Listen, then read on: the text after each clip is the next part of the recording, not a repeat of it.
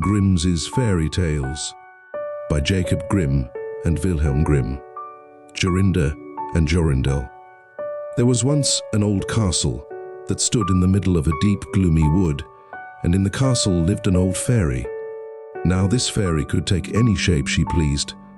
All the day long she flew about in the form of an owl or crept about the country like a cat, but at night she always became an old woman again.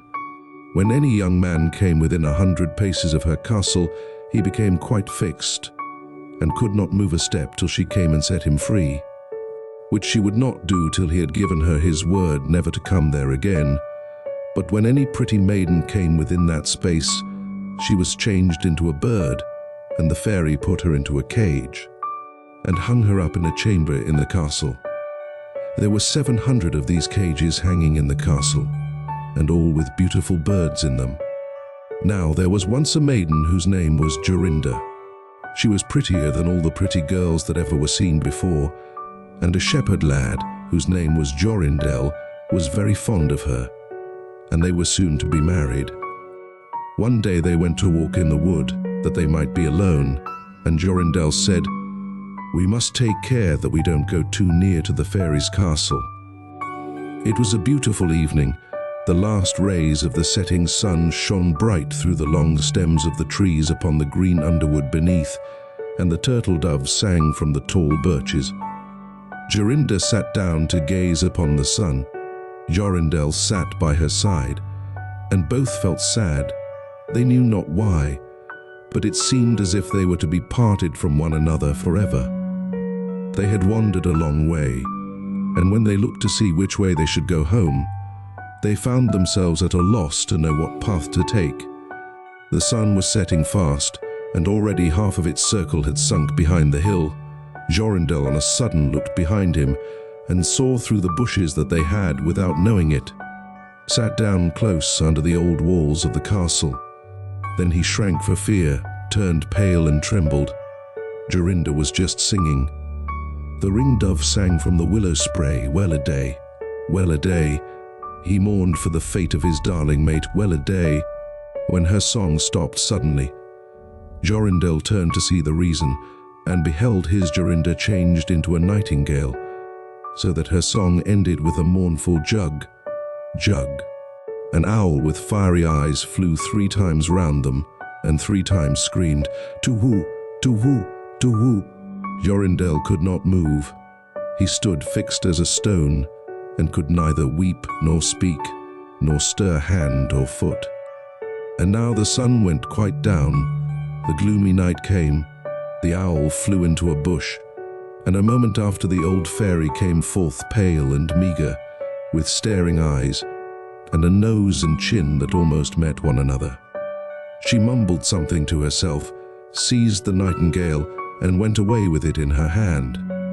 Poor Jorindel saw the nightingale was gone, but what could he do? He could not speak. He could not move from the spot where he stood. At last the fairy came back and sang with a hoarse voice, "Till the prisoner is fast, and her doom is cast, there stay, oh stay. When the charm is around her, and the spell has bound her, hie away, away." On a sudden, Jorindel found himself free. Then he fell on his knees before the fairy and prayed her to give him back his dear Jorinda, but she laughed at him and said he should never see her again. Then she went her way. He prayed, he wept, he sorrowed, but all in vain. "Alas," he said, "what will become of me?" He could not go back to his own home, so he went to a strange village and employed himself in keeping sheep. Many a time did he walk round and round as near to the hated castle as he dared go, but all in vain. He heard or saw nothing of Jorinda. At last he dreamt one night that he found a beautiful purple flower, and that in the middle of it lay a costly pearl. And he dreamt that he plucked the flower and went with it in his hand into the castle, and that everything he touched with it was disenchanted, and that there he found his Jorinda again. In the morning when he awoke, he began to search over hill and dale for this pretty flower, and 8 long days he sought for it in vain. But on the 9th day, early in the morning, he found the beautiful purple flower and in the middle of it was a large dewdrop as big as a costly pearl. Then he plucked the flower and set out and travelled day and night, till he came again to the castle.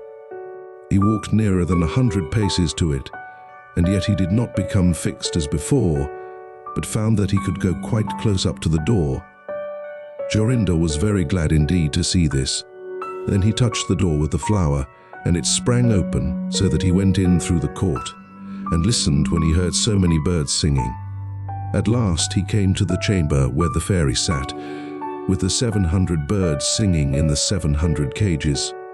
When she saw Jorindel, she was very angry and screamed with rage, but she could not come within 2 yards of him, for the flower he held in his hand was his safeguard.